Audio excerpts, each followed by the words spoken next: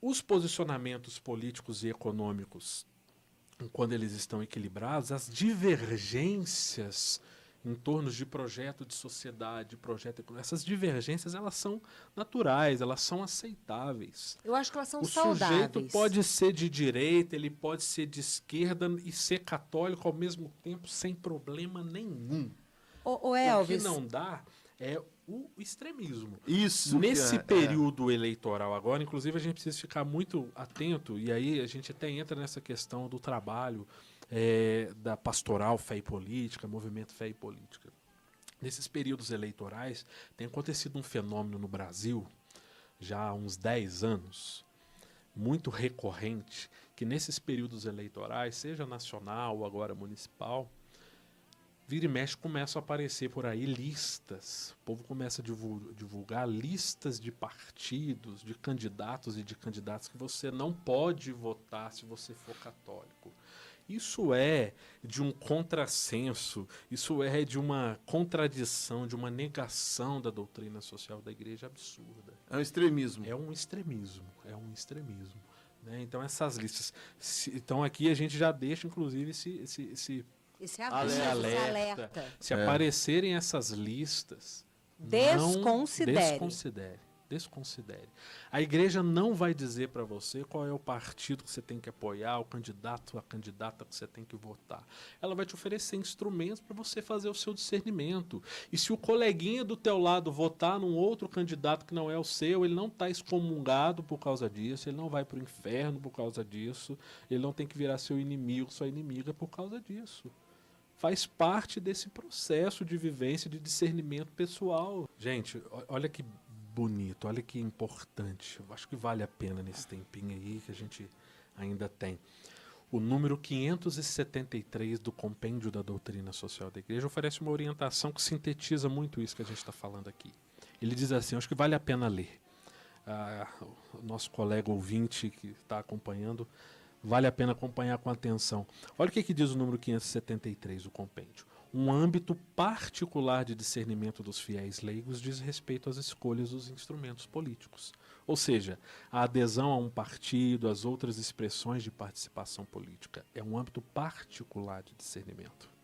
É preciso fazer uma escolha coerente com os valores, tendo em conta as circunstâncias reais, radicada na caridade, voltada à busca do bem comum. Então aqui nós temos critérios para fazer as nossas escolhas, os nossos discernimentos.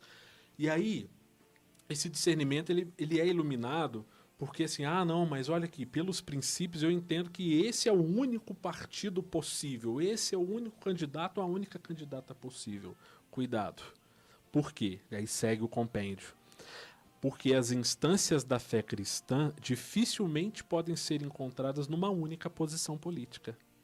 E aí ele é claro, pretender que um partido ou uma corrente política correspondam completamente às exigências da fé cristã gera equívocos perigosos. O cristão não pode encontrar um partido que corresponde plenamente às exigências éticas que nascem da fé e a pertença à igreja.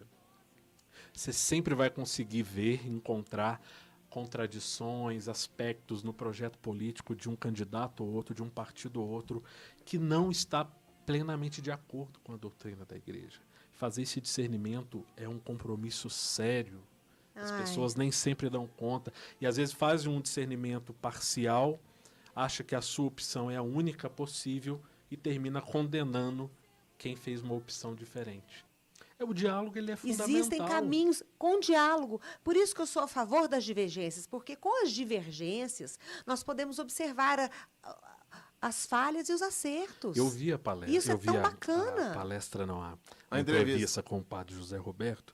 E o padre José Roberto, ele resgatou uma frase importantíssima que eu vi que inclusive você gostou muito, Débora.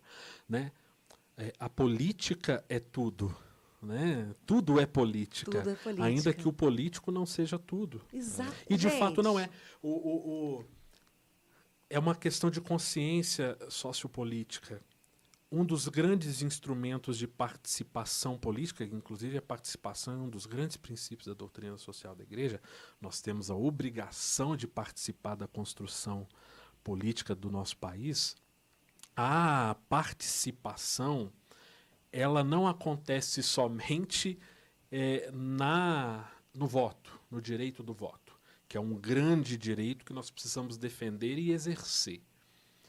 Só que depois que você vota, e aí o seu candidato ganhou ou não ganhou, muita gente não acompanha, não participa mais, não acompanha o mandato, não procura participar, Ou fica acompanhar o que esperando está o erro, sendo. né? Fica esperando o Fica, erro para ficar batendo ali naquela tecla. fica esperando chegar a informação pronta e às vezes essas informações elas chegam erradas. Nós estamos com o problema da fake news, nós estamos com o problema das deepfakes, que é que você consegue colocar uma pessoa na tela, ela falando e não é ela, é a inteligência artificial que cria. Isso é um grande problema. Inteligência artificial porque daqui uns dias o ela tá filmado já não vai servir de não prova. vai. Porque, né, tal. Tá complicadíssimo e é uma tendência que infelizmente está crescendo e ela vai contribuir, penso eu, só que negativamente. Viu? Então a gente continua participando do processo político, acompanhando o mandato do executivo e do legislativo. As pessoas focam muito no executivo, mas esquece que quem elabora a lei é o legislativo. Às vezes não lembra mais qual foi o vereador que votou na última eleição há 4 anos, não lembra qual foi o deputado federal, o deputado estadual, o senador, lembra só do presidente, né? Enquanto que o complexo político do Brasil ele é muito mais amplo e é de fato realmente muito complexo, né? Então isso exige formação, isso exige compromisso constante. A democracia é um regime político exigente. Você tem que ficar alimentando, cuidando da democracia o tempo todo. E como que você cuida da democracia? Se preparando para viver democraticamente. Conhecendo as tuas formas, os teus direitos e os teus deveres. Não adianta eu saber que eu tenho direito à liberdade de expressão se eu não sei que eu tenho dever de uso que limita o meu uso de liberdade de expressão. Eu tenho liberdade de expressão, mas eu não posso sair difamando todo mundo. Esse meu direito vai virar algo contra mim. Eu tenho o direito de votar, mas eu também tenho o dever de acompanhar o mandato da pessoa com quem eu votei, de participar, mesmo que não seja o candidato que eu votei que ganhou. Eu tenho que acompanhar.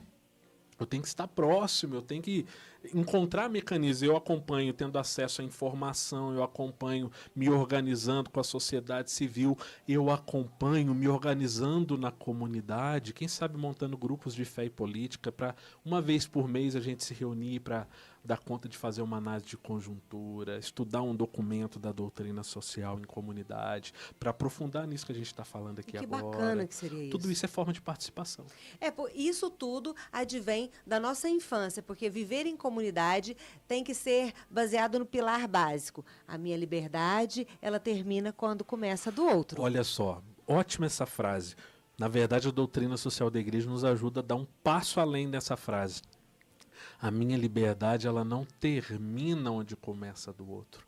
A minha liberdade, na verdade, ela só começa quando a liberdade do outro, ela começa também. Olha que adorei agora. Enquanto existir um ser humano não livre, um ser humano explorado, um ser humano oprimido, ninguém vai estar plenamente livre. A gente sempre vai estar ameaçado com guerras, com violências, que são frutos da injustiça.